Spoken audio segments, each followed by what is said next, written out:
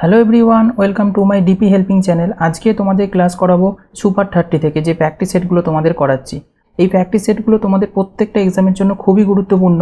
West Bengal police আছে এবং Calcutta police যে এখানে, এবং ওয়েস্ট বেঙ্গল পুলিশ কনস্টেবল, এছাড়া তোমাদের রেল, এসএসসি, ডব্লিউবিসিএস প্রত্যেকটা এক্সামের জন্য জিকে জিএস যেখানে থাকে যে পার্টগুলোতে এবং কারেন্ট অ্যাফেয়ার্সগুলো, সেই টপিকগুলোকে কভার করা হচ্ছে এই সুপার 30 ক্লাসের মধ্যে। এই সুপার 30 তোমাদের প্রত্যেকটা এক্সামে জিকে জিএসকে স্ট্রং করতে সাহায্য করবে। অল ইন্ডিয়া বেসিসের সমস্ত এক্সামের জন্য তোমরা এই ক্লাসটা নিতে পারো। পশ্চিমবঙ্গ পুলিশের সেরা প্রস্তুতিতে তোমরা অবশ্যই ক্লাসটা করবে। প্রথম থেকে শেষ পর্যন্ত তোমাদের অনেকটাই হেল্প হবে। আশা করি তোমরা বুঝতে পেরেছো। তোমাদের লুসিয়েন্টের ক্লাস করাচ্ছি চ্যাপ্টার অনুযায়ী, সেই ক্লাসটাও তোমরা করবে। সেই ক্লাসটাতে অনেক ইনফরমেশান দেওয়া রয়েছে, প্রত্যেকটা চ্যাপ্টার অনুযায়ী বাংলায় করিয়ে দিচ্ছি তোমাদের লুসিয়েন্টের অবজেক্টিভ জেনারেল নলেজ যে বইটা আছে এবং ডেসক্রিপটিভ বইটা। চলো তাহলে শুরু করি আজকে সুপার 30-র 24 নম্বর প্র্যাকটিস সেট। 24 নম্বর প্র্যাকটিস সেটের তোমার প্রথম প্রশ্ন আমরা দেখে নেব। 1921 সালে এডউইন লুটিয়েন্স দ্বারা নিম্নলিখিত কোনটি নির্মিত হয়েছিল? মোস্ট ইম্পর্টেন্ট আসন্ন এক্সামের জন্য এই প্রশ্নটা, বারবার এক্সামে কিন্তু এই প্রশ্নটা এসে থাকে যে এডউইন লুটিয়েন্স দ্বারা নিম্নলিখিত কোনটি নির্মিত হয়েছিল 1921 সালে। চারটে অপশান আছে: Victoria memorial, India gate, Golconda দুর্গ নাকি গেটওয়ে অফ ইন্ডিয়া। তাহলে এটা রাইট আনসার কি হবে বলো? এটা রাইট আনসার হবে অপশান বি, ইন্ডিয়া গেট। ওকে, অপশান বি হয়ে যাবে তোমার রাইট আনসার। এখানে জেনে রাখবে, এই যে এডউইন লুটিয়েন্স যিনি ছিলেন, তিনি কিন্তু ভাইসরয়ের বাড়ির কিন্তু নকশা করেছিলেন, যা এখন রাষ্ট্রপতি ভবন নামে পরিচিত, দিল্লিতে অবস্থান করছে যেটা। ওকে, তাই এডউইন লুটিয়েন্স কিন্তু খুব ইম্পর্টেন্ট একজন ব্যক্তি। আশা করি ক্লিয়ার হয়েছে। খুব ইম্পর্টেন্ট প্রশ্ন কিন্তু তোমাদের আসন্ন কিন্তু এক্সামে এরকম ধরনেরই প্রশ্ন আসবে। এই প্যাটার্নগুলোই কিন্তু তোমাদের স্ট্র্যাটেজিকের মধ্যে ইম্পর্টেন্ট। এবার দেখে নাও, ভিক্টোরিয়া যে স্মৃতিসৌধ যেটা আছে সেটার নকশা প্রস্তুত করেছিলেন কে? এখান থেকে প্রশ্ন আসে। স্যার উইলিয়াম এমারসন, ইনি হচ্ছেন ভিক্টোরিয়ার স্মৃতিসৌধের নকশা প্রস্তুত করেছিলেন। এবার আরেকটা প্রশ্ন আসতে পারে, গেটওয়ে অফ ইন্ডিয়া যেটা আছে এর ডিজাইন কে করেছিলেন? জর্জ উইট্রেট। ওকে, 1914 সালে গেটওয়ে অফ ইন্ডিয়ার ডিজাইন করেছিলেন। তাহলে এই ডিজাইনগুলো কে করেছে এগুলো কিন্তু জেনে রাখবে। ওকে, আর একটা ইনফরমেশন তোমাদের জানিয়ে রাখবো এই রিলেটেড, কেননা কারেন্ট টপিকের মধ্যে রয়েছে, আসন্ন এক্সামে হয়তো আসতে পারে। দেখবে দিল্লিতে ইন্ডিয়া গেটের কাছে নেতাজি সুভাষচন্দ্র বসুর হলোগ্রাম মূর্তি উন্মোচন করবেন প্রধানমন্ত্রী নরেন্দ্র মোদী, যেটা রিসেন্ট এই 2021-এর কিন্তু ঘটনা। এটা সুভাষচন্দ্র বসুর তোমার মূর্তি একটা উন্মোচন করা হবে। মূর্তিটি 6 ফুট চওড়া এবং 28 ফুট লম্বা। ওকে, এটা জেনে রাখবে। ইংল্যান্ডের রাজা পঞ্চম জর্জের মূর্তি সেখানে দাঁড়িয়েছিল ইন্ডিয়া গেটের কাছে, সেখানেই এই হলোগ্রামের মূর্তিটি কিন্তু স্থাপন করা হবে। 1968 সালে মূর্তিটি কিন্তু অপসারণ করা হয়েছিল। কার বলতো? এই রাজা পঞ্চম জর্জের মূর্তিটি অপসারণ করে নেওয়া হয়েছিল 1968 সালে, সরিয়ে নেওয়া হয়েছিল সেখান থেকে। এখন ইন্ডিয়া গেটের কাছে প্রধানমন্ত্রী নরেন্দ্র মোদী নেতাজি সুভাষচন্দ্র বসুর একটা মূর্তি প্রতিস্থাপন করবে, হলোগ্রাম।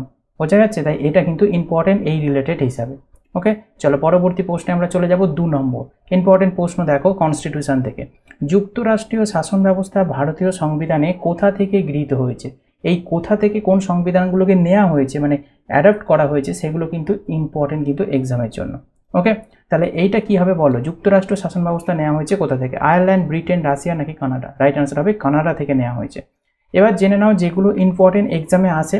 ওকে, সেইগুলো তোমাদের আমি দিয়ে রেখেছি। ব্রিটেন থেকে কোনগুলো নেওয়া হয়েছে? সংসদীয় সরকার, আইনি পদ্ধতি, একক নাগরিকত্ব। বারবার এক্সামে আসে সিঙ্গেল সিটিজেনশিপ, মানে একক নাগরিকত্ব। এটা কোথা থেকে নেওয়া হয়েছে? ব্রিটেন থেকে। এবং ক্যাবিনেট সিস্টেম, এটাও ব্রিটেন থেকে নেওয়া হয়েছে। নেক্সট হচ্ছে তোমার আয়ারল্যান্ড। আয়ারল্যান্ড থেকে কোনগুলো নেওয়া হয়েছে? রাষ্ট্রীয় নীতি, নির্দেশমূলক নীতি, মানে নির্দেশমূলক যে নীতিটা আছে যেটা আয়ারল্যান্ড থেকে নেওয়া হয়েছে, এবং রাষ্ট্রপতি নির্বাচন পদ্ধতি। ওকে, আয়ারল্যান্ড থেকে নেওয়া হয়েছে। এবার দেখো মার্কিন যুক্তরাষ্ট্র থেকে কী কী নেওয়া হয়েছে। রাষ্ট্রপতির অভিশংসন। অভিশংসনের ইংরাজি টার্মটা তোমরা ভালো করেই জানো, যেটাকে বলা হয় ইমপিচমেন্ট। ওকে, এটাকে বাংলায় বলা হয় অভিশংসন। রাষ্ট্রপতির যে ইমপিচমেন্ট পদ্ধতি, এটা মার্কিন যুক্তরাষ্ট্র থেকেই গ্রহণ করা হয়েছে। এমনকি মৌলিক অধিকার প্রস্তাবনা, এগুলো মার্কিন যুক্তরাষ্ট্র থেকে নেওয়া হয়েছে। এবার নেক্সট আসবো আমরা রাশিয়া, যেটাকে বলা হয় ইউএসএসআর। ওকে, পরীক্ষার সময় অনেক সময় রাশিয়াও থাকে, অনেক সময় ইউএসএসআরও থাকে। এই রাশিয়া থেকে নেওয়া হয়েছে মৌলিক কর্তব্য। তাহলে মৌলিক অধিকার মার্কিন যুক্তরাষ্ট্র থেকে। ওকে, আর মৌলিক কর্তব্য তোমার রাশিয়া থেকে। এবার নেক্সট আসছি ফ্রান্স। এটা প্রজাতন্ত্রের ধারণা, এটা ফ্রান্স থেকে নেওয়া হয়েছে। জার্মানি থেকে নেওয়া হয়েছে জরুরি অবস্থার সময় মৌলিক অধিকার স্থগিত করা হবে, এই ধারণাটা জার্মানি থেকে নেওয়া হয়েছে। দক্ষিণ আফ্রিকা থেকে কি নেওয়া হয়েছে? সংবিধান সংশোধন যেটা করা যাবে, এই ধারণাটা দক্ষিণ আফ্রিকার সংবিধান থেকে নেওয়া হয়েছে। আর একটা নেওয়া হয়েছে রাজ্যসভার সদস্যদের নির্বাচন করার পদ্ধতি, এইটা কিন্তু দক্ষিণ আফ্রিকা থেকে নেওয়া হয়েছে। আর জাপান থেকে কি নেওয়া হয়েছে? সুপ্রিম কোর্টের যে গঠন, এটা জাপানের সংবিধান থেকে নেওয়া হয়েছে। তাহলে বোঝা গেল তাহলে ইম্পর্টেন্ট কিন্তু এগুলো এক্সামের জন্য, অবশ্যই তোমরা এগুলো নোট করবে। পরবর্তী প্রশ্নে চলে যাব 3 নম্বর। স্বাধীন ভারতের প্রথম গভর্নর জেনারেল কে ছিলেন? মোস্ট ইম্পর্টেন্ট প্রশ্ন। স্বাধীন ভারতের প্রথম গভর্নর জেনারেল ছিলেন লর্ড মাউন্টব্যাটেন। অপশান বি হয়ে যাবে রাইট আনসার। এখানে অনেকগুলো ইনফরমেশন তোমাদের দেবো আমি, এগুলো অবশ্যই তোমরা নোট করবে। এইগুলো থেকে বারবার প্রশ্ন আসে। যেমন হচ্ছে ফার্স্ট হচ্ছে ভারতের শেষ গভর্নর জেনারেল কে ছিলেন? চক্রবর্তী রাজাগোপালচারী। তোমরা যদি এই চারটা যদি মুখস্থ করো তোমরা দেখবে এক্সামে আর কোনো রকম প্রবলেম হবে না। ভারতের শেষ গভর্নর যখন বলবে তখন হবে চক্রবর্তী রাজাগোপালচারী। ওকে। প্রথম গভর্নর জেনারেল যখন বলবে তিনি হচ্ছেন ওয়ারেন হেস্টিং। এবং যখন বলবে ব্রিটিশ ভারতের প্রথম গভর্নর জেনারেল তখন হবে লর্ড উইলিয়াম বেন্টিং। বাংলার আলাদা, ব্রিটিশ ভারতের বললে আলাদা, তাই আমি এগুলো পর সাজিয়ে দিয়েছি তোমাদের সুবিধার্থে। এবার দেখো পরাধীন ভারতের শেষ গভর্নর জেনারেল লর্ড ক্যানিং ছিল পরাধীন ভারতের শেষ গভর্নর জেনারেল। এবার ব্রিটিশ ভারতের প্রথম ভাইসরয় কে ছিল? Lord Canning. ওকে। এবার দেখো পরাধীন ভারতের শেষ ভাইসরয় কে ছিল? Lord Mountbatten. এবং স্বাধীন ভারতের প্রথম গভর্নর জেনারেল কে ছিল? Lord Mountbatten. ওকে। এবং তোমরা যদি এইগুলো সম্পর্কে ডিটেলস ক্লাস করতে চাও, আমার লুসিয়েন্টে তোমাদের একটা রিসেন্ট চ্যাপ্টার আমি পড়িয়েছি, সেই চ্যাপ্টারটা করো তোমরা। ডেসক্রিপশন বক্সে লিঙ্ক দিচ্ছি বা প্লে লিস্টে গিয়ে তোমরা চেক করো, ওখানে তোমরা পেয়ে যাবে। সম্পূর্ণ ক্লাসটা তোমরা করো, অনেক ইনফরমেশন তোমরা পাবে এবং এক্সামে তোমাদের অনেকটাই হেল্প হবে। ওকে, অবশ্যই সেই ক্লাসটা করে নিও এই ক্লাসটা করার পরে। চলো পরবর্তী প্রশ্নে চলে যাব 4 নম্বর। উদ্ভিদের ফ্লোয়েমের ভূমিকা কি? তাহলে ফ্লোয়েম কলা যে আছে উদ্ভিদের, তার ভূমিকাটা কি বলতে হবে? শর্করা পরিবহন করা, জল পরিবহন করা, অক্সিজেন পরিবহন করা, নাকি কার্বন ডাই অক্সাইড পরিবহন করা? রাইট আনসার হবে শর্করা পরিবহন করাই হচ্ছে উদ্ভিদের ফ্লোয়েম কলার কাজ। অপশান এ হয়ে যাবে তোমার রাইট আনসার। এখানে আরেকটা প্রশ্ন আছে যে জাইলেম কলার কাজ কি? জাইলেম কলার কাজ হচ্ছে তোমার জল হচ্ছে পরিবহন করা। পরবর্তী প্রশ্ন দেখো 5 নম্বর। বিশ্ব বাণিজ্যের গুরুত্বপূর্ণ সুয়েজ খাল কোন দেশে নির্মিত হয়েছিল? ব্রাজিল, ওমান, ইজিপ্ট নাকি আর্জেন্টিনা? তাহলে বিশ্ব বাণিজ্যের গুরুত্বপূর্ণ সুয়েজ খাল নির্মিত হয়েছিল ইজিপ্টে। অপশান সি হয়ে যাবে তোমার রাইট আনসার। ওকে। সুয়েজ খাল যা ভূমধ্য সাগর এবং লোহিত সাগরকে কিন্তু সংযুক্ত করে। এই সংযুক্ত থেকেও কিন্তু প্রশ্ন আসে যে সুয়েজ খাল যেটা আছে কোন দুটি সাগরকে সংযুক্ত করছে? ভূমধ্য সাগর এবং লোহিত সাগর। আর বিভক্ত করছে কাকে? আফ্রিকা এবং এশিয়াকে। আশা করি ক্লিয়ার হলো। তাই জন্য মিশরের মধ্যে দিয়ে এই খালটা কাটা হয়েছে, সুয়েজ খালটা। এই খাল ইউরোপ এবং এশিয়ার মধ্যে একটা বাণিজ্যের পথ কিন্তু প্রশস্ত করে দেয়। ওকে। আরেকটা প্রশ্ন এখান থেকে আসে যে কত সালে এই সুয়েজ খালটি সম্পূর্ণ হয়েছে? 1869 সালে। এখান থেকেও কিন্তু প্রশ্ন আছে, এটা জানবে। 1858 সালে ফার্দিনান্দ দি লেসেপস খালটি কিন্তু নির্মাণের উদ্দেশ্যে সুয়েজ খাল কোম্পানি কিন্তু গঠন করেছিল। তাহলে কত সালে গঠন হয়েছিল এটা, এই কোম্পানিটা যে সুয়েজ খাল খনন করার জন্য? 1858 সালে। কে করেছিল? ফার্দিনান্দ দি লেসেপস। এই নামটাও জেনে রাখবে, এখান থেকে প্রশ্ন দেয়। আর সুয়েজ খালের দৈর্ঘ্যটা জেনে রাখবে 193.3 কিলোমিটার বা 120.1 মাইল। ওকে। এগুলো সুয়েজ খাল সম্পর্কে ইনফরমেশন, অবশ্যই তোমরা নোট করবে। চলো পরবর্তী প্রশ্ন যাব 6 নম্বর। রাজ্যসভায় প্রয়োজনীয় অপেক্ষ সংখ্যা, অপেক্ষ সংখ্যাকে বলা হয় হচ্ছে কোরাম। তোমরা নামটা নিশ্চয়ই শুনেছো। কোরাম সংখ্যা কত সেটা বলতে হবে রাজ্যসভায়। 100, 125, 50 নাকি 25? এটা তোমাদের রিসেন্ট তোমাদের রেলের যে পরীক্ষা হয়েছে সেখানে এবং এসএসসি এবং WBCS, ওয়েস্ট বেঙ্গল পুলিশ, এই সমস্ত জায়গায় কিন্তু এই কোরাম থেকে প্রশ্ন এসে থাকে, অবশ্যই ইম্পর্টেন্ট। এটা রাইট আনসার কী হবে বলো? এটা রাইট আনসার হবে অপশান ডি। মানে কোরাম সংখ্যা হচ্ছে রাজ্যসভায় 25 জন। ওকে। রাজ্যসভায় মোট কতজন সদস্য আছে? 445 জন হচ্ছে স্থির করা হয়েছে রাজ্যসভার মোট সদস্য। এবার কোরাম বলতে কাকে বোঝায় সেটা জেনে রাখতে হবে। কোরাম হলো একটি সভা শুরু করার অনুমতি দেওয়ার আগে ন্যূনতম সংখ্যক সদস্য যে উপস্থিত থাকতে হবে তাকে আমরা কোরাম বলি। একটা সভা শুরু করছি, সেই সভা শুরু করার আগে 245 জন তো রাজ্যসভায় মোট সদস্য থাকে, কিন্তু তার মধ্যে একটা নির্দিষ্ট সংখ্যক লোক সংখ্যা সেখানে থাকতে হবে, সেইটাকে আমরা কোরাম বলি। তাহলে কত সংখ্যক থাকতে হবে? 10% থাকতে হবে। ওকে।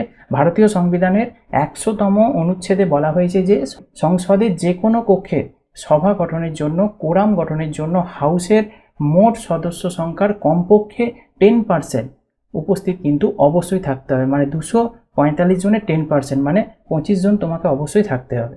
ওকে। কোরাম যদি পূর্ণ না হয়, মানে 25 জন যদি না হয় মিনিমাম, তাহলে কিন্তু স্পিকার, মানে লোকসভার যে অধ্যক্ষ থাকে তাকে তো স্পিকার বলা হয়, তাহলে কি করবে সেই স্পিকার? দায়িত্ব হলো সংসদকে স্থগিত করে দেওয়া। তাহলে আশা করি ক্লিয়ার হয়েছে জিনিসটা। এই জিনিসটা জেনে রাখবে কোরাম কি, রাজ্যসভায় কতজন মোট সদস্য থাকে এবং কোরামে কত % সদস্যকে নিলে মিনিমাম কোরাম সেখানে সংগঠিত হয় এবং কত নম্বর আর্টিকেলে বলা আছে, এগুলো থেকে কিন্তু প্রশ্ন আসে। আশা করি ক্লিয়ার হয়েছে। চলো আমরা পরবর্তী প্রশ্নে চলে যাব 7 নম্বর। অসহযোগ আন্দোলনের সময় চৌরি চৌরা ঘটনা উত্তরপ্রদেশের কোন জেলায় সংগঠিত হয়েছিল? খুব ইম্পর্টেন্ট প্রশ্ন, বারাণসী, কানপুর, এলাহাবাদ নাকি গোরক্ষপুর? রাইট অ্যান্সার হবে গোরক্ষপুরে সংগঠিত হয়েছিল। এখানে অনেকগুলো ইনফরমেশন তোমরা জানবে। অসহযোগ আন্দোলনের মহাত্মা গান্ধী ও ভারতীয় জাতীয় কংগ্রেস পরিচালিত ভারতব্যাপী অহিংস গণ আইন অমান্য আন্দোলনগুলির মধ্যে সর্বপ্রথম আন্দোলন ছিল এই অসহযোগ আন্দোলন, যার লিড করেছিল হচ্ছে মহাত্মা গান্ধী। ওকে, অসহযোগ আন্দোলন শুরু হয়েছিল কত সালে? 1920 সালে, শেষ হয়েছিল 1922 সালে গিয়ে। ওকে, 1922 সালের ফেব্রুয়ারিতে চৌরি চৌরা ঘটনার পর মহাত্মা গান্ধী অসহযোগ আন্দোলন কিন্তু প্রত্যাহার করে নিয়েছিল। তাহলে চৌরি চৌরা ঘটনা কত সালে হলো? 1922 সালে। আর এই চৌরি চৌরা ঘটনার পর থেকে কিন্তু মহাত্মা গান্ধী অসহযোগ আন্দোলনকে প্রত্যাহার করে নিয়েছিল। চৌরি চৌরা ঘটনার সময় ভারতের ভাইসরয় কে ছিলেন? এখান থেকে প্রশ্ন দেয়। লর্ড রিডিং ছিল হচ্ছে ভারতের ভাইসরয় যখন চৌরি চৌরা ঘটনা ঘটেছিল। আর একটা জিনিস জানবে, 1922 সালে ভারতীয় জাতীয় কংগ্রেসের গোয়া অধিবেশনে সভাপতি ছিলেন কে? চিত্তরঞ্জন দাস। এখান থেকে প্রশ্ন দেয় 2022 সালে যে জাতীয় কংগ্রেস যে অধিবেশনটা চলছিল গয়াতে, সেখানে সভাপতি কে ছিলেন? চিত্তরঞ্জন দাস ছিলেন। তাই এই রকম যে ইনফরমেশান একটা জায়গার মধ্যে তোমাদের আমি কভার করিয়ে দিচ্ছি এই রিলেটেড হিসাবে, এগুলো তোমাদের কিন্তু এক্সামে অনেকটাই হেল্প করবে, তোমাদেরকে অন্যদের থেকে অনেকটাই তোমরা এগিয়ে থাকবে যদি তোমরা এই প্র্যাকটিস সেটগুলো সম্পূর্ণভাবে থরলি তোমরা যদি কভার করতে পারো। ওকে, অবশ্যই তোমরা ক্লাসগুলো শেষ পর্যন্ত করো এবং ভালো লাগলে অবশ্যই একটা লাইক করবে এবং যদি তোমাদের মনে হয় ইনফরমেটিভ অবশ্যই একটু শেয়ার করবে। ওকে, চলো পরবর্তী প্রশ্নে আমরা চলে যাব। 8 নম্বর, বিশ্ব বাণিজ্য সংস্থার প্রথম মহিলা প্রেসিডেন্টকে? মোস্ট ইম্পর্টেন্ট আসন্ন এক্সামের জন্য এই প্রশ্নটা ধরে নাও তোমাদের এক্সামে আসছে। এই WTO ওয়ার্ল্ড ট্রেড অর্গানাইজেশন, যেটাকে বাংলায় বলা হয় বিশ্ব বাণিজ্য সংস্থা, এর প্রথম মহিলা প্রেসিডেন্টকে? এটা রাইট আনসার হবে নগোজি ওকোনজো ইওয়ালা। অপশান এ হয়ে যাবে রাইট আনসার। ওকে, এবার প্রশ্নটা কেন ইম্পর্টেন্ট দেখো, দুদিক থেকে ইম্পর্টেন্ট। একে স্ট্র্যাটেজিকের মধ্যে এটা একটা ইম্পর্টেন্ট, মহিলা রিলেটেড প্রশ্নগুলো সবসময়তে ইম্পর্টেন্ট হয়ে থাকে। আর 2 নম্বর হচ্ছে এই প্রথম মহিলা প্রেসিডেন্ট যিনি নিযুক্ত হলেন WTO-তে, তিনি রিসেন্ট হয়েছেন 2021-এ 1 মার্চ। ওকে, সেই জন্য আরও কারেন্ট টপিকের মধ্যে আরও ইম্পর্টেন্ট। অলরেডি তোমার 2021-এর এক্সামে অনেকগুলো এক্সামে কিন্তু এই প্রশ্নটা অলরেডি এসেছে, আসন্ন এক্সামগুলো তো তোমাদের আসবে। ওকে, এটা একটা স্ট্যাটিকের মধ্যেই কিন্তু রয়ে গেল। ওকে, তাহলে বিশ্ব বাণিজ্য সংস্থা যেটা আছে এতে হচ্ছে প্রথম মহিলা প্রেসিডেন্ট 1 মার্চ 2021-এ এই পদ হচ্ছে গ্রহণ করেছেন। এই নাগোজি ওকোনজো ইওয়ালা হচ্ছে আফ্রিকান হিসাবে মহাপরিচালক হিসাবে দায়িত্ব পালন করেছেন। আর একটা প্রশ্ন আসতে পারে, তোমাদের রেলেতে এসেছিল যতটা সম্ভব NTPC 2021-এর একটা পরীক্ষাতে তোমাদের প্রশ্ন এসেছে, নাগোজি ওকোনজো ইওয়ালা তিনি কোথাকার বাসিন্দা? ইনি হচ্ছেন নাইজেরিয়ার বাসিন্দা। এখান থেকে প্রশ্ন কিন্তু 2021-এ এসেছিল তোমাদের NTPC রেলেতে। তাহলে বুঝতে পারছো প্রশ্ন কীরকমভাবে আসছে। তাই এই টপিকটা ধরে কিন্তু এতগুলো প্রশ্ন আসতে পারে, সেগুলো তোমরা কভার করবে অবশ্যই। আমি তোমাদের এগুলো করিয়ে দিয়েছি। WTO সদর দপ্তর হচ্ছে জেনেভা, সুইজারল্যান্ড। WTO প্রতিষ্ঠিত হয়েছিল 1995-এর 1 জানুয়ারি। আর WTO সদস্যপদ টোটাল কতজন আছে? 164টি দেশ আছে WTO অর্থাৎ ওয়ার্ল্ড ট্রেড অর্গানাইজেশনের সদস্যপদ। আশা করি ক্লিয়ার হয়েছে। চলো পরবর্তী প্রশ্নে চলে যাব। 9 নম্বর, মিতাক্ষরা গ্রন্থটির কার রচিত? 4টে অপশান আছে, রাইট আনসার হবে বিজ্ঞানেশ্বরের রচিত হচ্ছে মিতাক্ষরা গ্রন্থটি। হিন্দু আইনের সবচেয়ে প্রভাবশালী আইনি গ্রন্থগুলোর মধ্যে একটা হচ্ছে এই মিতাক্ষরা গ্রন্থ, যেটা বিজ্ঞানেশ্বরের লেখা। পরবর্তী প্রশ্ন দেখো 10 নম্বর, ট্রপোস্ফিয়ার বায়ুমণ্ডলের উষ্ণতম অংশ, তার কারণ কি? এই ট্রপোস্ফিয়ার হচ্ছে বায়ুমণ্ডলের সর্বনিম্ন স্তর। এই ট্রপোস্ফিয়ার স্তর বায়ুমণ্ডলের উষ্ণতম সবচেয়ে অংশ বলা হয়। তার কারণটা কি? 4টে অপশান আছে, রাইট আনসার হবে অপশান সি। এটি পৃথিবী পৃষ্ঠের দ্বারা কিন্তু উত্তপ্ত হচ্ছে, তাই এটা হচ্ছে ট্রপোস্ফিয়ার স্তরটা বায়ুমণ্ডলের সবচেয়ে উষ্ণতম কিন্তু অংশ। বায়ুমণ্ডলের সবচেয়ে বেশি প্রাকৃতিক দুর্যোগ দেখা যায় এই ট্রপোস্ফিয়ার স্তরে। ওকে, ক্লিয়ার হয়েছে। চলো পরবর্তী প্রশ্নে চলে যাব। 11 নম্বর, নিউক্লিয়ার ফুয়েল কমপ্লেক্স কোথায় অবস্থিত? এটাকে শর্টে বলা হয় NFC। ওকে, এই নিউক্লিয়ার ফুয়েল কমপ্লেক্স কোথায় অবস্থিত বলো? কালপক্কম, থুম্বা, হায়দ্রাবাদ নাকি মুম্বাই? রাইট আনসার হবে হায়দ্রাবাদে অবস্থান করছে এই নিউক্লিয়ার ফুয়েল কমপ্লেক্স। পরবর্তী 12 নম্বর প্রশ্ন দেখো, শাহতুজ পশম বিশ্বের সবচেয়ে হালকা পশম, এটি কিসের থেকে পাওয়া যায়? এই প্রশ্নটা তোমাদের স্ট্র্যাটেজিকের মধ্যে অনেক এক্সামে তোমরা প্রিভিয়াস ইয়ারে দেখতে পাবে। ওকে, তাহলে শাহতুজ যে পশমটা পাওয়া যায় বিশ্বের সবথেকে হালকা পশম বলা হয়, এটা কিসের থেকে পাওয়া যায় বলতে হবে। নীলগাই, মেষ, লোমা নাকি তিব্বতী অ্যান্টিলোপ? রাইট আনসার হবে তিব্বতী অ্যান্টিলোপ থেকে হচ্ছে এটা পাওয়া যায় এই শাহতুজ পশমটা। অপশান ডি হয়ে যাবে রাইট আনসার। এই শাহতুজ বলতে তিব্বতী অ্যান্টিলোপের আন্ডারকোট থেকে তৈরি সূক্ষ্ম উলকে বোঝানো হয়। ওকে, যেটাকে আমরা এক কথায় বলতে পারি চিরু ছাগল নামও পরিচিত তিব্বতে। এটা তিব্বতে দেশীয় ভাষায় বলা হয় চিরু ছাগল, তার থেকেই পশমটা পাওয়া যায়, শাহতুজ পশম বলা হয়। ওকে, তিব্বত মালভূমিতে। এটা কিন্তু অ্যাকচুয়ালি সরকার থেকে ব্যান করে দিয়েছে এই জিনিসটা, কিন্তু তবুও সেখানে কারচুপি করে কিন্তু কাজ চলছে। এটা বিশ্বের সবচেয়ে হালকা পশম এবং হচ্ছে খুব দামি পশম একটা। ওকে, প্রচুর দামের। চলো পরবর্তী প্রশ্নে আমরা চলে যাব। 13 নম্বর, গ্রহীয় গতিসূত্র কে আবিষ্কার করেন? এটা সকলেই আনসার দিতে পারবে, ইম্পর্টেন্ট প্রশ্ন। গ্রহীয় গতিসূত্র আবিষ্কার করেন হচ্ছে কেপলার। অপশান বি হয়ে যাবে রাইট আনসার। পরবর্তী 14 নম্বর প্রশ্ন দেখো, কোন স্থান ও তার প্রতিপাদ স্থানের মধ্যে পার্থক্য কত? ওকে, প্রতিপাদের ইংরাজিটা জেনে রাখবে অ্যান্টিপোড। ওকে, এই অ্যান্টিপোড এবং কোনো প্লেস বা স্থানের মধ্যে পার্থক্য কত সেটা বলতে হবে। 360 ডিগ্রি, 180 ডিগ্রি, 90 ডিগ্রি নাকি 0 ডিগ্রি?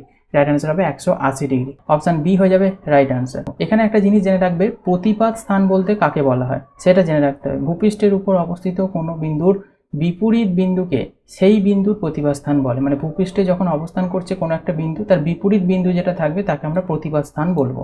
প্রতিপাদ স্থান নির্ণয়ের ক্ষেত্রে ভূপৃষ্ঠের কোনো বিন্দু থেকে পৃথিবীর কেন্দ্রের মধ্যে দিয়ে একটি কল্পিত যে রেখা টানা হয় পৃথিবীর ঠিক বিপরীত দিকে, তাকেই কিন্তু আমরা প্রতিপাদ স্থান বলে থাকবো।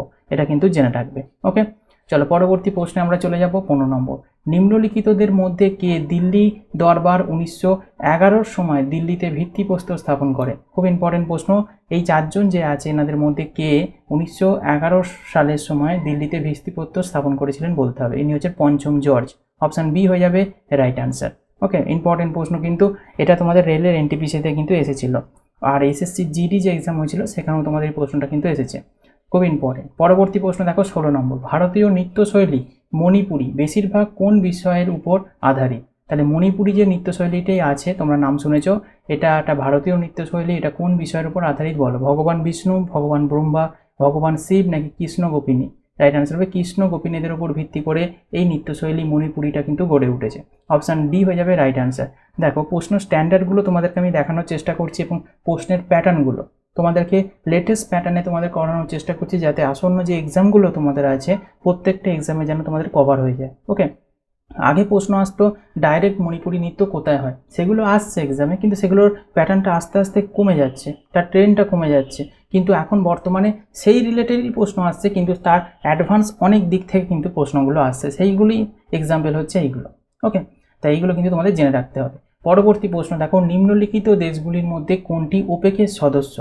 এই রকম ধরনের প্রশ্নগুলো করতে গেলে তোমাদের ওপেকের কতজন সদস্য আছে তোমাদের জানতে হবে, তবে তোমরা এই আনসারগুলো করতে পারবে। তোমাদের আমি করিয়ে দিচ্ছি প্রত্যেকটা সেটে, এগুলো কিন্তু মুখস্থ করবে, নাহলে কিন্তু তোমরা কভার করতে পারবে না জিকেটা। তাহলে নিম্নলিখিত দেশগুলির মধ্যে কোনটি ওপেকের সদস্য? এটা রাইট আনসার হবে কঙ্গো। অপশান ডি হয়ে যাবে রাইট আনসার। ওপেকের ফুল ফর্মটা জেনে রাখবে, the organisation of the petroleum exporting countries. Full form থেকেও প্রশ্ন আছে। বর্তমান সংস্থা অনুযায়ী 15টি সদস্য আছে এই ওপেকে।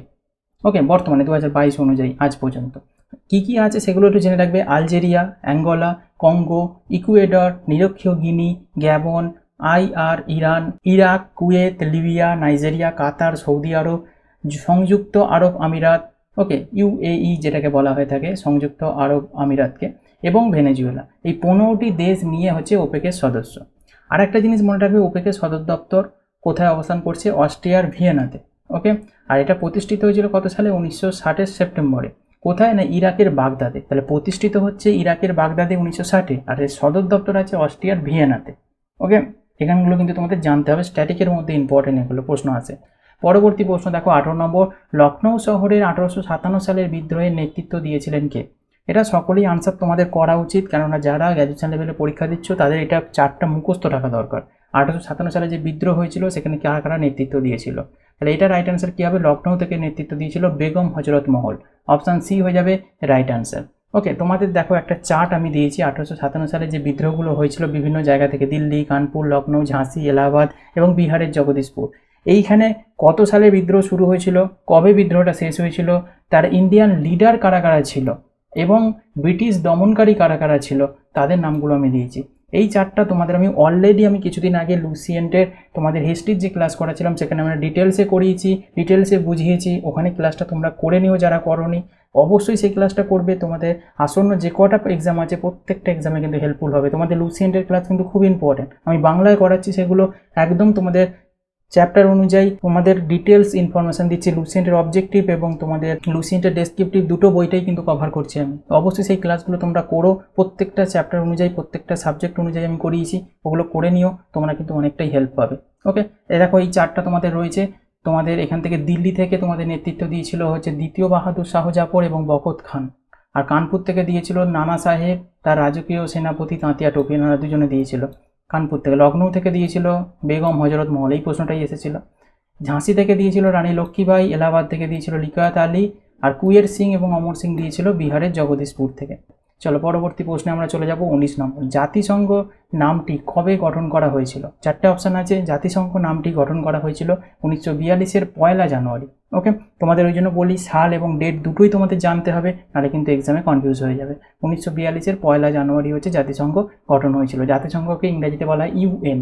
ওকে, এর সদর দপ্তর কোথায় ইউএন বা জাতিসংঘে? এটা মার্কিন যুক্তরাষ্ট্রের নিউ ইয়র্কে হচ্ছে সদর দপ্তর আছে।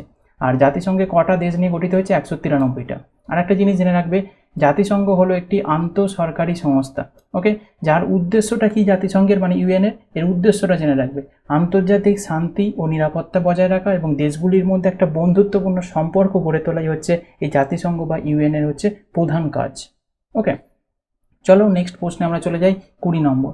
মাইক্রোসফট ওয়ার্ড 2016 যে ভার্সানটা আছে সেখানে প্যারাগ্রাফ ফরম্যাটিং অপসারণ করার জন্য কিবোর্ডের কোন শর্টকাট কি ব্যবহার করতে হয়? দেখো, প্রশ্ন স্ট্যান্ডার্ডটা তোমাদেরকে আমি দেখানোর চেষ্টা করছি। এই প্রশ্নটা তোমাদের এনটিপিসি রেলে এসেছে, তোমাদের এসএসসিতে এসেছে, তাহলে তোমাদের ওয়েস্ট বেঙ্গল পুলিশের এসআই যারা এক্সাম দেবে বা কনস্টেবল মেন্স দেবে, সই এখানে তোমাদের কিন্তু আশা রাখতে হবে যে এইরকম ধরনেরই তোমাদের প্রশ্ন হবে। আর আসছে ওপিবিএসের এরকমই স্ট্যান্ডার্ড প্রশ্নগুলো তোমাদের কিন্তু এক্সামে আসবে। ওকে, তাই অবশ্যই তোমাদের এগুলো জানতে হবে। তাহলে এটা রাইট অ্যান্সার কী হবে বলো? এটা রাইট অ্যান্সার হবে control Q. Okay, option A হয়ে যাবে তোমার রাইট অ্যান্সার। কম্পিউটারে আমি ডিটেলস ক্লাস করেছি, বারবার বলছি আমি ক্লাসগুলো করো। আমি ডেসক্রিপশন বক্সে লিঙ্ক দিয়ে রেখেছি, সেই ক্লাসগুলো তোমাদের চ্যাপ্টার অনুযায়ী একদম পিকচার সমেত তোমাদের আমি করিয়েছি, বোঝানোর চেষ্টা করেছি। সেগুলো করে নাও, এক্সামে তোমরা অনেকটাই হেল্প পাবে। পরবর্তী প্রশ্নে চলে যাব 21 নম্বর। A brief history of time বইটির লেখক কে? এটা কমন প্রশ্ন, সকলেই জানো। এটা হচ্ছে স্টিফেন হকিং এর লেখা হচ্ছে brief history of time. Stephen Hawking এর আরেকটা বই আছে যেটা এক্সামে আসে, এ লাইফ অফ সায়েন্স। এটা থেকেও কিন্তু প্রশ্ন দেয়, আবার এটাও জেনে রাখবে। এবার দেখো, অপশানে ছিল সিভি রমন। সিভি রমনের পুরো নামটা জেনে রাখবে, চন্দ্রশেখর ভেঙ্কট রমন হচ্ছে তোমার সিভি রমন। 1930 সালে সাহিত্যে কিন্তু নোবেল পুরস্কার পেয়েছিল। এখান থেকে প্রশ্ন দেয় বলে তোমাদের এটা কভার করেছি। এবং সিভি রমন হচ্ছে কিসের জন্য হচ্ছে বিখ্যাত, মানে কি আবিষ্কার করেছিলেন? আলোর বিচ্ছুরণ। ওকে, স্ক্যাটারিং, যেটা লাইট স্ক্যাটারিং যেটা আছে, আলোর বিচ্ছুরণ, এটা সিভি রমন হচ্ছে আবিষ্কার করেছিল। এবার একটা অপশান ছিল দেখো, সত্যেন্দ্রনাথ বসু। এই সত্যেন্দ্রনাথ বসু একজন পদার্থবিজ্ঞানী ছিলেন। ইনি হচ্ছে বোসন তত্ত্ব আবিষ্কার করেছিলেন। এখান থেকেও প্রশ্ন দেয়, এটা জেনে বোসন তত্ত্ব আবিষ্কার করেছিলেন সত্যেন্দ্রনাথ বসু। আর একটা অপশান ছিল জেভি নার্লিকার। এই জেভি নার্লিকারের পুরো নাম হচ্ছে জয়ন্ত বিষ্ণু নার্লিকার। ওকে, ইনি একজন ভারতীয় জ্যোতিষ পদার্থবিদ। ইনি হচ্ছেন হোয়েল নার্লিকার, নামটা মনে রাখবে, হোয়েল নার্লিকার তত্ত্ব হচ্ছে আবিষ্কার করেছিলেন। পরবর্তী প্রশ্ন দেখো 22 নম্বর। নিচের স্যাটেলাইটগুলির মধ্যে ইসরোর তৈরি পরীক্ষামূলক স্যাটেলাইট কোনটি? এই প্রশ্নটা দেখো কতটা ইম্পর্টেন্ট, এবং তোমাদের প্যাটার্নটা চেষ্টা করো বোঝার, যে তোমাদের জিজ্ঞাসা করেছে ইসরোর তৈরি পরীক্ষামূলক স্যাটেলাইট কোনটি। তার মানে এটা থেকে বোঝা যাচ্ছে যে তোমাদের ইসরো যতগুলো স্যাটেলাইট তৈরি করেছে প্রত্যেকটার নাম মনে রাখলে তবে তোমরা করতে পারবে। তাহলে ইসরোর তৈরি পরীক্ষামূলক স্যাটেলাইটের 4টে অপশানের মধ্যে কোনটা হবে? Option D. অপশান ডি হয়ে যাবে তোমার রাইট অ্যান্সার। ইউথ স্যাট যেটা আছে, এটা হচ্ছে 2011-তে হচ্ছে লঞ্চ করা হয়েছিল। এটাই হচ্ছে ইসরোর satellite. Okay, A B C তিনটেই কিন্তু ইসরোর স্যাটেলাইট নয়। 2021-এই কিন্তু এসেছে এই প্রশ্নটা। দেখো, 2022 সাল পর্যন্ত ইসরো হচ্ছে 144টি স্যাটেলাইট হচ্ছে তৈরি করেছে। তাহলে 144টার নামটা তাহলে মনে রাখতে হবে না? 144টা মনে রাখার দরকার নেই। তোমাদের মনে রাখতে হবে যে কটা আমি নাম দিয়ে দিয়েছি ইসরোর তৈরি স্যাটেলাইট বলে, আমি 144টা দিইনি, যে কটা নাম দিয়েছি এই কটা করো, তোমাদের কিন্তু কভার হয়ে যাবে। কী করে হবে আমি তোমাদের বলে দিচ্ছি, আগে নামগুলো শুনে নাও। প্রথম যেটা হয়েছিল 1975 সালে হচ্ছে আর্যভট্ট। এখান থেকে স্ট্যাটিক থেকে প্রশ্ন আসে যে ইসরোর তৈরি প্রথম স্যাটেলাইট কোনটা? আর্যভট্ট। কত সালে হয়েছিল? এটা 1975 সালে। নেক্সট হচ্ছে ভাস্কর 1, এটা কিন্তু 1979 সালে হয়েছিল, এটা সেকেন্ড স্যাটেলাইট। এই দুটো থেকে স্ট্যাটিক হিসাবে আসে। এরপর দেখো রোহিণী, এবার পরপর তোমাদের নামগুলো দিচ্ছি। দেখো, রোহিণী, অ্যাপেল, ভাস্কর 2, ইনস্যাট, ওশানস্যাট, কল্পনা, হামস্যাট, এডুস্যাট, চন্দ্রযান 1, রিসোর্সস্যাট 2, অ্যাস্ট্রোস্যাট, মাইক্রোস্যাট, চন্দ্রযান 2, একটা লাস্ট হচ্ছে INS-2TD। এই INS-2TD-র হচ্ছে তোমার 2022-এর 14 ফেব্রুয়ারি হচ্ছে লাস্ট 144তম স্যাটেলাইট হচ্ছে ইসরোর তৈরি। ওকে, এখান থেকে প্রশ্ন দিতে পারে। এবার প্রশ্ন আসছে যে তাহলে এই কটা করলে কি করে হবে? দেখো, তোমাদের 144টা স্যাটেলাইটের মধ্যে মেন মোদ্দা কথা, এই কটা স্যাটেলাইটের নাম যদি তোমরা মনে রাখো, এইগুলোই কিন্তু ABCD 1 2 3 4 করে কিন্তু রয়েছে। তাই অপশান অনুযায়ী তোমরা কিন্তু চুজ করতে পারবে যে কোনটা ছিল আর কোনটা ছিল না। আশা করি তোমরা বুঝতে পারছো। তোমরা যদি এই কটার নাম মনে রাখো তাহলে কিন্তু তোমরা একটা আইডিয়া করতে পারবে যে এই নামগুলো কিন্তু ইসরোর তৈরি স্যাটেলাইট। তাহলে কিন্তু তোমরা কভার করে নিতে পারবে অপশান অনুযায়ী চুজ করে। আশা করি ক্লিয়ার হয়েছে। চলো পরবর্তী প্রশ্নে আমরা চলে যাব। 23 নম্বর, সূর্য থেকে পৃথিবীর আনুমানিক দূরত্ব কত? সূর্য থেকে পৃথিবীর আনুমানিক দূরত্ব কত সেটা বলতে হবে। অ্যাপ্রক্সিমেট ডিস্টেন্সটা জানতে চেয়েছে আর্থ ফ্রম দ্য সান। চারটে অপশান আছে, রাইট আনসার হবে 150 মানে 150 মিলিয়ন কিলোমিটার সূর্য থেকে পৃথিবীর আনুমানিক দূরত্ব। অ্যাকচুয়াল দূরত্বটা কত ডিস্টেন্সটা সেটাও তোমাদের আমি দিয়ে রেখেছি। ওকে, 1496000। ওকে, এটা কিন্তু জেনে রাখবে, এটা অ্যাকচুয়াল ডিস্টেন্স সূর্য থেকে পৃথিবী। এখানে একটু এক্সট্রা ইনফরমেশান জেনে রাখবে, প্রতি বছর গড়ে 15 সেন্টিমিটার করে পৃথিবী সূর্য থেকে কিন্তু নেমে আসছে। এটা কিন্তু জেনে রাখবে, প্রশ্ন দিতে পারে। সূর্যের আলো পৃথিবীতে আসতে কত সময় নেয়? 8 মিনিট 16.6 সেকেন্ড। ওকে, এটা অনেক সময় পুরো সেকেন্ডে কনভার্ট করে আসে, এটা কিন্তু মাথায় রাখবে। কিন্তু আবার সূর্যের ব্যাসটা থেকে প্রশ্ন আসে, জেনে রাখবে সূর্যের ব্যাস কত এবং পৃথিবীর ব্যাসের তুলনায় কত গুণ বড়। 109 গুণ বড় হচ্ছে সূর্য পৃথিবীর ব্যাসের তুলনায়। আর সূর্যের বহির্ভাগের তাপমাত্রা কত, এটা থেকে ওয়েস্ট বেঙ্গল পুলিশেও প্রশ্ন এসেছে। 6000 ডিগ্রি সেলসিয়াস হচ্ছে সূর্যের বহির্ভাগের হচ্ছে তোমার সেলসিয়াস। পরবর্তী 24 নম্বর প্রশ্ন দেখো, কোন বছর ভারতে প্রথম পঞ্চবার্ষিকী পরিকল্পনা উপস্থাপিত হয়? আর প্রথম পঞ্চবার্ষিকী পরিকল্পনা উপস্থাপিত হয়েছিল 1951 সালে। স্ট্যাটিকের মধ্যে ইম্পর্টেন্ট, বারবার এক্সামে প্রশ্ন আসে। এখানে কিছু ইনফরমেশন তোমাদের জানতে হবে। প্রথম ভারতীয় প্রধানমন্ত্রী জওহরলাল নেহরু যিনি ছিলেন, তিনি কিন্তু ভারতের সংসদে পঞ্চবার্ষিকী পরিকল্পনা কিন্তু পেশ করেছিলেন প্রথম। ওকে, আরেকটা প্রশ্ন আছে, প্রথম পঞ্চবার্ষিকী পরিকল্পনার জনক কে? Joseph Stalin. এখান থেকেও প্রশ্ন দেয়। প্রথম পঞ্চবার্ষিকী পরিকল্পনাকে ডোমার মাহালানোবিস মডেল কিন্তু বলা হয়ে থাকে। এটা কিন্তু WBCS এর মতো বা তোমাদের স্টেট লেভেলের এক্সামগুলোতেও বারবার প্রশ্ন আসে যে প্রথম পঞ্চবার্ষিকী পরিকল্পনাকে কিসের মডেল বলা হয়? ডোমার মাহালানোবিস মডেল বলা হয়ে থাকে। ওকে, আর একটা জিনিস জানবে, প্রথম পঞ্চবার্ষিকী পরিকল্পনা কিসের ওপর ভিত্তি করে হয়েছিল? এটা হচ্ছে কৃষি, সেচ, বিদ্যুৎ প্রকল্পগুলোকে সর্বোচ্চ অগ্রাধিকার দেওয়া হয়েছিল। মেনলি কৃষিকেই দেওয়া হয়েছিল। ওকে, তাহলে বোঝা গেল। চলো পরবর্তী প্রশ্নে চলে যাব। 25 নম্বর, ভারত কবে জাতীয় সবুজ ন্যায় আইন, যেটাকে ইংরাজিতে বলা হয় ন্যাশনাল গ্রিন ট্রিব্যুনাল অ্যাক্ট, ওকে, এইটা গৃহীত হয়েছে ভারতে কবে? ইম্পর্টেন্ট প্রশ্ন, রাইট আনসার হবে 2010-এ হচ্ছে এটা গৃহীত হয়েছে। এই ন্যাশনাল গ্রিন ট্রিব্যুনাল অ্যাক্ট যেটা 2010-এ ভারতের সংসদের একটি আইন পরিবেশগত সমস্যার সমাধান করতে এটা কিন্তু ব্যবহার করা হয়ে থাকে। ওকে, তাই এটা কিন্তু জেনে রাখবে। পরবর্তী প্রশ্ন দেখো 26 নম্বর, কোন দক্ষিণ ভারতীয় শাস্ত্রীয় নৃত্যের আক্ষরিক অর্থ হচ্ছে গল্প নাটক? গল্প নাটক বলতে স্টোরি প্লে, খুব ইম্পর্টেন্ট। তোমাদের একটু আগে বললাম যে ডান্স ফর্মগুলো থেকে ডাইরেক্ট প্রশ্ন যেমন এতদিন আসছিল, এবার এখন প্যাটার্নটা একটু চেঞ্জ হয়ে তার একটু ঘুরিয়ে ফিরিয়ে প্রশ্নগুলো আসছে। ওকে, তাহলে এইগুলো কিন্তু তোমাদের আমি বারবার আগেও বলেছি, আমি অ্যাডভান্স নলেজ তোমার যেগুলো এক্সট্রা ইনফরমেশন দিচ্ছি এগুলো করে রাখো। আজ এক্সামে একরকম প্রশ্ন আসছে, কালকের এক্সামে হয়তো এই প্রশ্নগুলোই আসবে, তো এইগুলো কিন্তু তোমাদের জেনে রাখতে হবে। এইটাও কিন্তু তোমার প্রিভিয়াস ইয়ারেরই প্রশ্ন 2021-এ, তাই প্রশ্ন কিন্তু এইভাবেই করতে হবে। তাই এক্সট্রা ইনফরমেশন যেগুলো দিচ্ছি অবশ্যই তোমরা নোট করবে। তো এটা রাইট আনসার কী হবে বলো? দক্ষিণ ভারতীয় শাস্ত্রীয় নৃত্যের আক্ষরিক অর্থ যে গল্প নাটক, সেটা কোন ভারতীয় নৃত্যের? এটা হচ্ছে কথাকলি। অপশান বি হয়ে যাবে রাইট আনসার।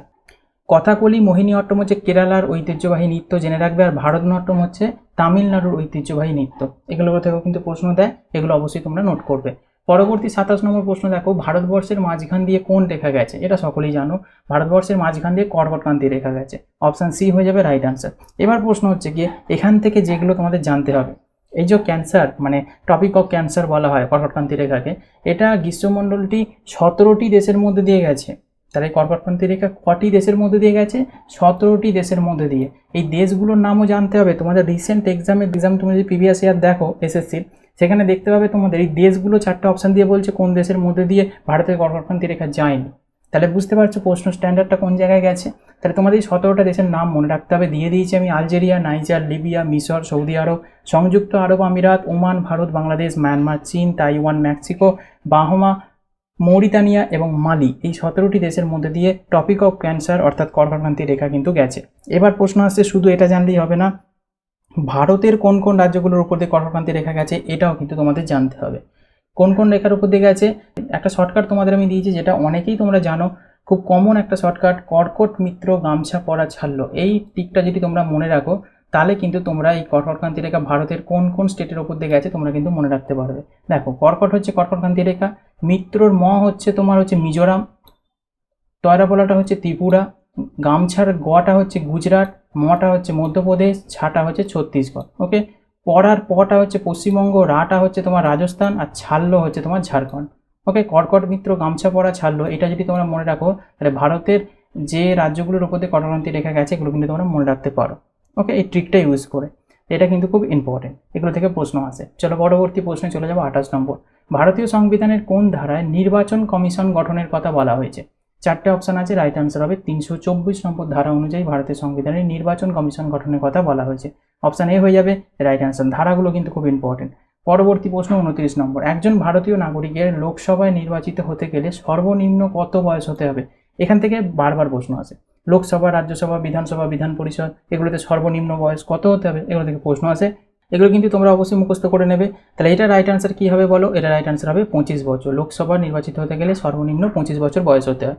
এবার তোমরা জেনে রাখবে, লোকসভা এবং বিধানসভা এই দু জায়গাতে কিন্তু সর্বনিম্ন বয়স হচ্ছে 25 বছর, আর রাজ্যসভা এবং বিধান পরিষদ এই দু জায়গায় বয়স হচ্ছে সর্বনিম্ন 30 বছর। এরকমভাবে মনে রাখবে, তাহলে তোমাদের মনে রাখতে সুবিধা হবে। লোকসভা বিধানসভায় 25 বছর, রাজ্যসভা বিধান পরিষদে 30 বছর সর্বনিম্ন বয়স। লোকসভার সভাপতিকে কি বলা হয়? স্পিকার বা অধ্যক্ষ বলা হয়। লোকসভার সময়কাল হচ্ছে 5 বছর, কিন্তু জরুরি অবস্থায় প্রধানমন্ত্রীর সুপারিশে রাষ্ট্রপতি কিন্তু লোকসভা ভেঙে দিতে পারে, এটাও কিন্তু জেনে রাখবে। ওকে, চলো পরবর্তী 30 নম্বর প্রশ্ন, এই সেটের লাস্ট প্রশ্ন। উদয়মান ও অস্তগামী সূর্যকে লাল রঙের দেখায় কেন? যখন সূর্য ওঠে আর সূর্য যখন অস্ত যায় এই সময় সূর্যকে লাল রঙের দেখায়, তার কারণটা কি? বিক্ষেপণ, প্রতিফলন, প্রতিসরণ নাকি ব্যতিচার? রাইট অ্যান্সার হবে বিক্ষেপণ, যেটাকে ইংরেজিতে বলা হয় স্ক্যাটারিং। ইংলিশ টার্মটা মনে রাখবে। ওকে, অপশান এ হয়ে যাবে তোমার রাইট অ্যান্সার। কেন এটা হয়? লাল আলোর বিক্ষেপণ খুব কম হওয়ার জন্য সূর্যোদয় এবং সূর্যাস্তের সময় সূর্যকে লাল রঙের দেখায়, মানে লাল আলোর বিক্ষেপণটা কম হয়। ওকে, এই বেনি আসরকলা যেটা পড়েছো তোমরা, সবকটা যে রঙ আছে তার মধ্যে আলোর হচ্ছে বিক্ষেপণটা সবচেয়ে কম হয়, তাই জন্য এই ঘটনাটা ঘটে থাকে। তাহলে বোঝা গেল আজকে 30টা প্রশ্ন কেমন লাগলো অবশ্যই তোমরা জানো। আর যদি তোমাদের হেল্পফুল মনে হয় বা ইনফরমেটিভ মনে হয় অবশ্যই ক্লাসটা লাইক করে শেয়ার করে দিতে বলো না। তোমাদের আসন্ন WB মেন্স আছে, আদার্স রেলের গ্রুপ ডি ও SSCর অনেকগুলো এক্সাম আছে, প্রত্যেকটা এক্সামে কিন্তু তোমাদের এই সুপার 30 তোমাদেরকে অন্যদের থেকে অনেকটাই এগিয়ে রাখবে। ওকে, চলো তাহলে, thank you, thanks for watching this video.